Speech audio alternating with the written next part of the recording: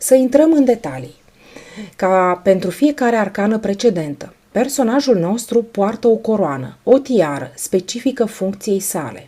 Aceasta este alcătuită din 4 niveluri, făcând referire la cele 4 aspecte ale ființei umane propuse de tarot.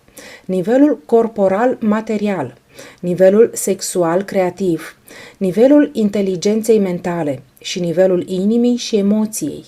Unitatea se termină cu un cerc simplu, ca sinteză pentru unificarea celor 4 fațete ale personalității noastre.